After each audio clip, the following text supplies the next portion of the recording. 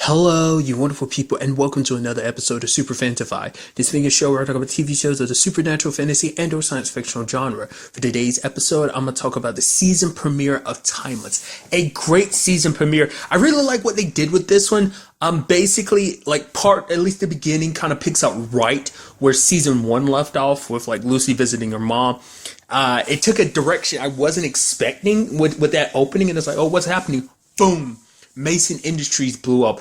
A lot of the employees are dead. It's kind of crazy because it's like, obviously there's a lot of people that were just kind of extras in the background of season one, which is kind of basically like, yeah, all those extras are dead. The only people alive now are the core team, Gia, Mason, Agent Christopher, Rufus, as well as Wyatt. Because obviously they don't know about Lucy's situation.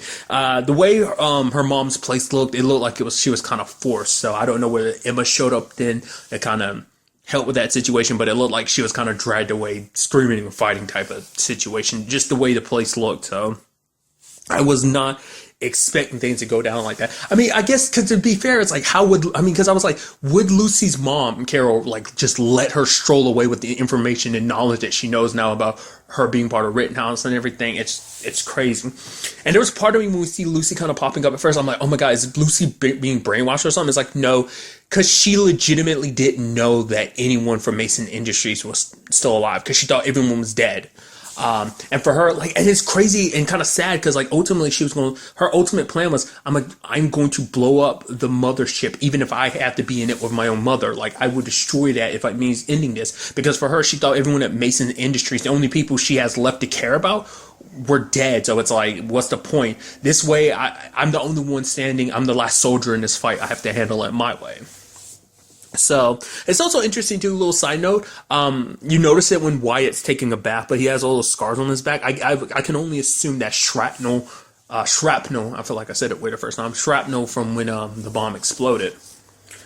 Interesting to know, we know London from Carol. Even she isn't top dog in this whole Rittenhouse thing, even though she's kind of considered royalty because her and Lucy's dad are both from prominent family within Rittenhouse. Obviously, we learned that last season.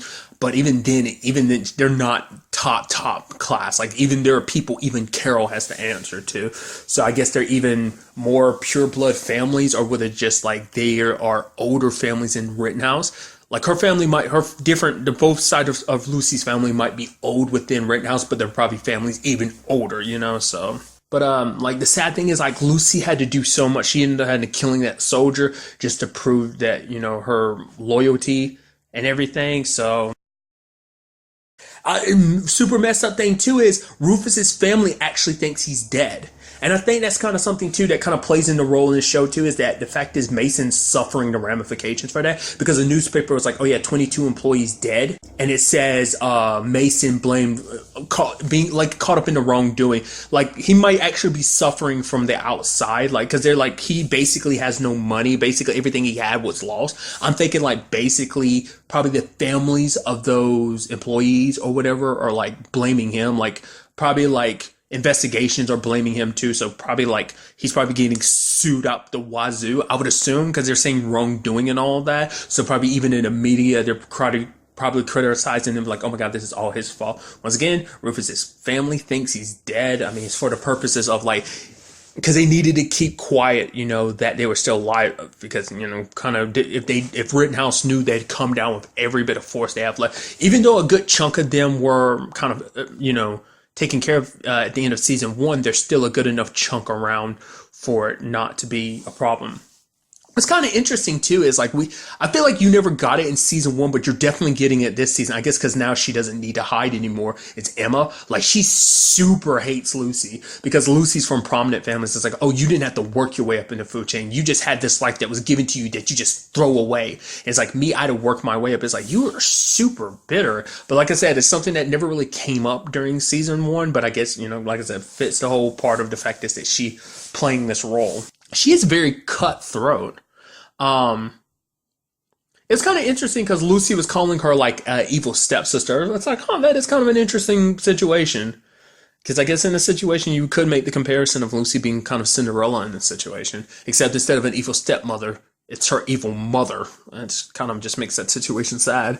I guess that's what Emma's gonna kind of fill that role of. She's going to be the daughter that Carol never had. I mean, well, she has a daughter, but like Emma's the daughter I wish I had, the one that was truly loyal to the cause and everything. And it's just like, because you even see like her reaction. It's like, oh man, she's like Carol is smiling. Oh my God, do you smell that? It's like, it's literally a battlefield full of death and like destruction. And you're smiling just because I guess within the confines of this show, this is her first time traveling herself. At the very least, is what it kind of seems like. Not less than just like this specific place. It's like, oh, we're doing more time traveling, in 1918. So maybe that speaks a little bit more to, but I think it just seems like it was more like her first time, but it's like, that's such an interest. I get it. You're excited and everything, but like, that's not the place to be excited about that. It kind of shows kind of how twisted you are.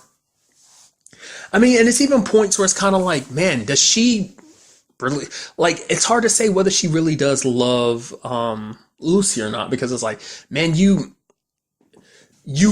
try to protect her, quote unquote protect her, but then it's like at the same time, it's even something like Wyatt brings up later on. It's like, because like Lucy's like, my mom wouldn't let Emma kill me. It's like, I mean, are you sure about that? It's like, because she even said it herself, this is bigger than you and me. Like, this is about creating a perfect world, the utopia that Rittenhouse is trying to create. So it's like, if sacrifices has to be made, even my own child, then so be it. And one thing I always think is super messed up about this whole situation is the fact is, you aren't too concerned about the fact is, did you have another daughter out there? Like, I guess because Lucy is the prodigal child. She is born from these two, top class, Rittenhouse families, whereas Amy would only be a half breed in a sense. So she wouldn't be as like pure blood as Lucy is, so I guess that's even more reason why the mom was like, she's not worth the time. Plus also being in that situation, we know the circumstances, and she now knows too because of what Lucy said. I wonder if Lucy had never said anything, would Carol have fight her so hard on that? We even hear that like Emma does a douchey thing where it's like, oh yeah, I'm basically going to 10 different points in time to ensure that you never get your sister back. It's like, that is a dick move. And it also seems like she's like, I'm only following orders. And then you have Carol saying, stop it. Because Carol doesn't want Lucy to know that that was her idea. That wasn't just, not unless that was Emma just lying just to mess with her, but it seemed like that was probably Emma's decision. Because also at the same time, it's like, because by ensuring that Amy never happened, also ensures that she doesn't end up in a situation she ends up in being sick. Because the reason why she got sick was because the guy, Amy's dad she ended up being with, got her into smoking, and that's why she was sick, cancer or something like that. So it's like, okay, so you try to make sure that you have the best possible history in life to kind of help create the perfect. I mean, it makes you wonder, like, in a certain, I mean, I get that wouldn't change. Like, she was always Rittenhouse. Like, even in the original timeline, back in the first episode of season 1, she was in Rittenhouse. She just wasn't in a condition that she could do anything about it. But now it's like, now that things have kind of been rewritten, because I was wondering, it's like, could there be a possibility that, like, things changed with the whole Hindenburg thing that kind of led to her mom actually now being part of Britain? I highly doubt that, but still. Other things we ended up learning in this season is that, because I was curious what they were going to do with the story, because I was kind of thinking most of Rittenhouse was taken care of in season 1, but it seems they are, obviously it's an organization that's pretty hard to die, especially in this case, because we found out that basically they've been sending agents back in time to live their lives, kind of lay, like the way Wyatt puts it, as sleeper cells, that basically like, oh, like to take one of them in this episode, he was a captain. He was there long enough that he could rise through the ranks of becoming a captain. He has a little cell phone and everything, which I love the conversation, like Wyatt being like, why do you even have a cell phone? You can't call or text anyone in 1918. You have Rufus being like, porn, probably, obviously. And it's like, okay. I also love the conversation of being like, oh yeah, like, oh, I'm sure you're happy to have Lucy back. I was like, oh yeah, we need a historian. It's like, right, or historian. Just admit the fact is that you love Lucy. He's like, what? No, I don't. Yeah, fine. You don't want to admit it, fine. But it's like, you totally into Lucy, like super hard. You're super into each other. Which also begs the question, like, it was something that he tried to attempt last season. I'm curious, is that going to be something else? Because obviously I think that's an element we also have to consider, like Lucy's, notebook, because there's like the conversations that she has in the future, like there's that what she said about Wyatt, about like, oh, him being unable to let go of his wife. Like obviously season one they had the whole conversations about letting go of the past and stuff like that, but I still feel like that's going to play a part in Wyatt's story. It's like obviously he has some feelings for Lucy, but I'm sure something's going to come up, something has to lead them to like Wyatt's wife Jessica, because it has to be that Rittenhouse is somehow behind her murder. It has to be in some shape or form, because everything probably has to lead to Wyatt eventually being accepted as part of this, and like him going on this like time travel adventure, because it probably all plays into Lucy's story too, because he keeps her alive long enough for her to eventually become the person she needs to be in Rittenhouse. At least that's how they want it to be. Maybe it's something like that. It's time travel.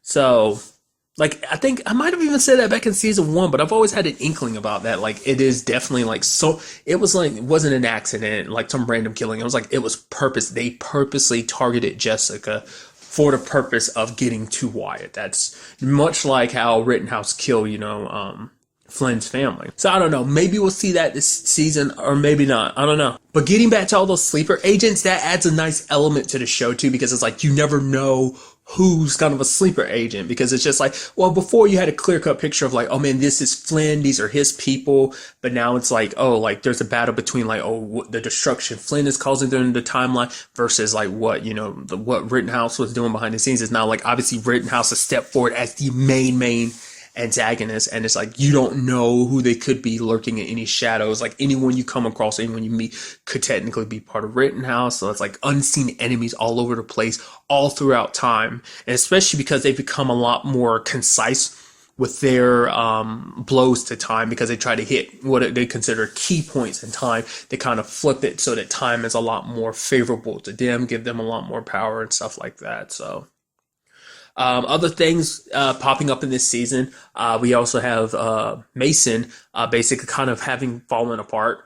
Basically, because mainly it's, I guess I thought like the fact is that he couldn't help out with the machine and everything. I was like with the lifeboat and everything. I was like, oh man, like something happened with the when the building exploded, he kind of got a little concussed or something. That's what I thought. So his brain's a little scattered. It's like, no, just because everything kind of fell apart. Plus, he's been rich for so long, so he's never had to really work on anything for himself. He's always gotten smart people around him to help him work on stuff. So that being a great engineer that he once was, it kind of lost a step or two over the years. So he kind of feels a little useless. So there's that. Then there's also Gia's whole situation, which we tackled a little bit in this. The whole, her condition isn't getting better. It's still a condition that no one understands. I mean, like, it's unknown territory because no one's experienced it before. But like I said, I don't remember what I said about it necessarily in season one's finale, but definitely looking, I might have said this, and if I did, I'm just kind of reinstating what I already said. But nevertheless, it's obviously seeming more like especially the way it left off, kind of like her seeing two different timelines.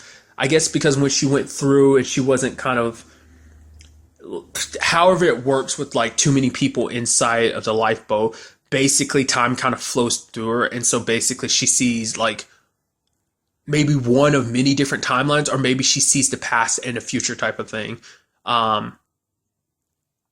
Either way, it seems like whatever it is, like the reason why she goes like that, kind of seems like she's having a seizure, is probably because it's like basically the timeline's flowing through your mind or whatever, through your perception in your eyes, and it's probably too much for a normal human to handle. Your brain will probably overload from it, and maybe that's what that's stemming from. So I don't know. I'm very interested to find out what that whole thing is, like what part that will play in the show. Oh, and then finally we had that little stinger at the end where it's like, oh yeah, like, well, actually two stingers. One is the fact is that the dude that rescued Nicholas is actually Carol's grandfather, making him